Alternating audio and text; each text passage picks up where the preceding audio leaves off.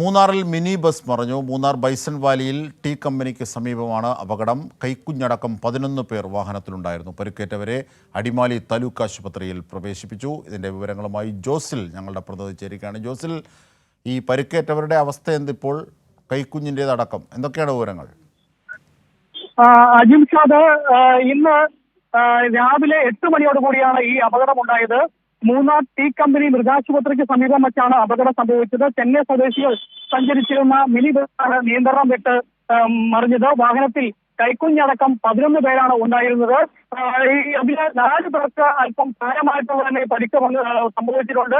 ഈ പരിക്കേറ്റവരെ അടിമാലി താലൂക്ക് ആശുപത്രിയിലേക്കാണ് കൊണ്ടുപോയിരിക്കുന്നത്. ഈ ചെന്നൈയിൽ നിന്ന് വിനോദസഞ്ചാരത്തിനായി എത്തിയ ആളുകളാണ് ഈ അപകടത്തിൽപ്പെട്ടത്.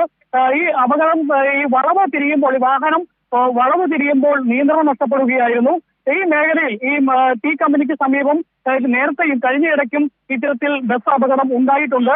ഈ തുടർച്ചയായി ഈ വളവിൽ ഇപ്പോൾ അപകടം ഉണ്ടാകുന്നത് തുടർക്കഥയാവുകയാണ്. അജിംഷാദ്. ശരി, ജോസിലാണ് വിവരങ്ങൾ വിശദാംശങ്ങൾ നൽകിയത്.